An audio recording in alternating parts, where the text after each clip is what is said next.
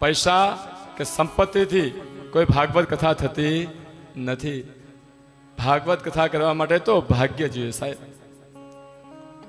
બાકી સંપત્તિ કોની પાસે નથી સાહેબ. આ દુનિયાની અંદર અત્યારે બધા પાસે સંપત્તિ છે. કથા ભાગવત કરવી એ કેવલ સરળ ઉપાય છે.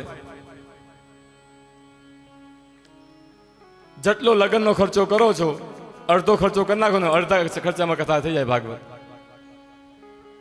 છે. પણ એના માટે ભાગ્ય જોઈએ સાહેબ.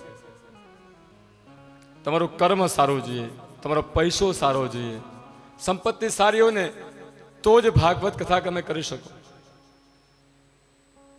બાકી પેડા 50 લાખ બી હશે ને એ ક્યાં જશે ને એ ખબર બી નહીં પડે.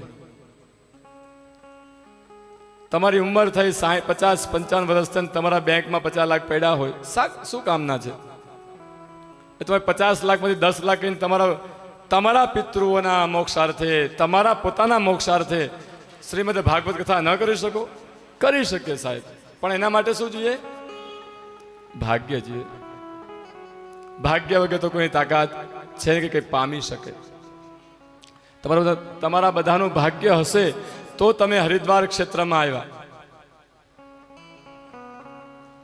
આ ભાગ્યથી ગંગાના તટ ઉપર જ્યાં પરમ શ્રદ્ધેય સનત કુમારોએ જે તટ ઉપર કથા કરે છે એ તટ ઉપર આપણે કથા કરી રહ્યા છીએ.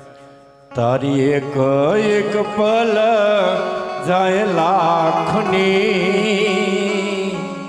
એ તું તુમાળા રે જપી લે સીતારામની.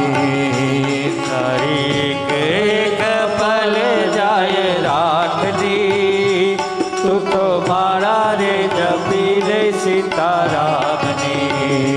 તારી એક પલ જાય લાખની, તું તો માળા રે જપી લે રાધે શ્યામની. તારી એક પલ જાય લાખની, તું તો માળા રે જપી લે રાધે શ્યામની.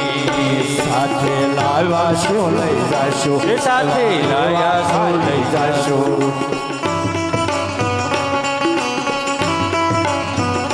સાથે લાવ્યા શું લઈ જાશો, આવ્યા એવા ખાલી જાશો.